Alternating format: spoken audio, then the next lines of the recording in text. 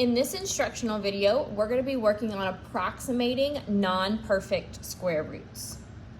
So our first example is the square root of 27. 27 is a non-perfect square because no number times itself is 27. What we want to do first is identify which two perfect squares come before 27 and after 27.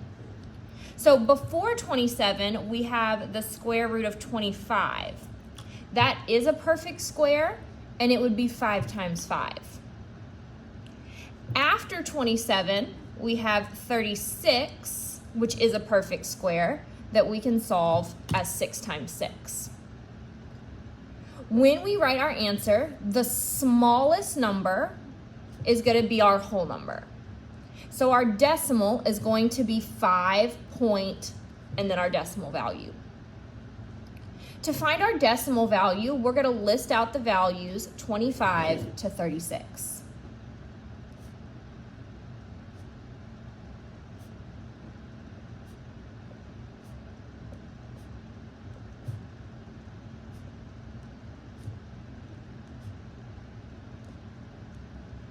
Now, we know that 25 is 5 times 5, so that would be 5.0.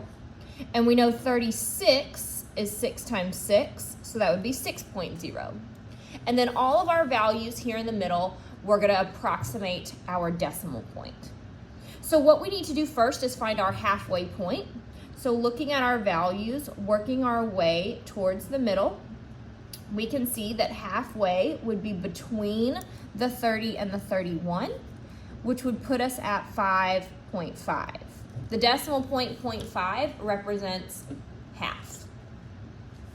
Since our value is 27, that's putting us down here in our number line, meaning we want our decimal point to be between the 0.0 and the 0.5. So putting our decimal point here would be approximately 0.1 or 0.2. So 5.1 or 5.2 would be an appropriate approximate decimal point.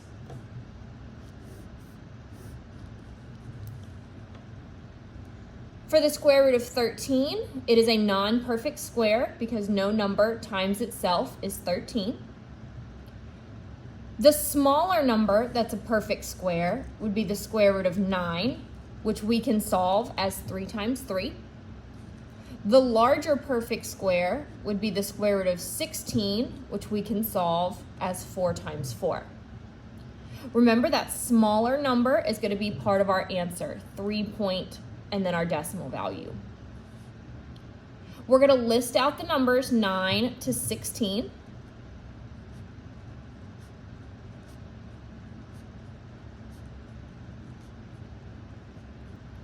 We know that 9 is 3 times 3, so that would be 3.0.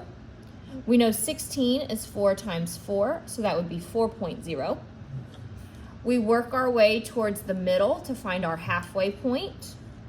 The halfway point is represented by the 0.5, so that would be 3.5 for our whole number value.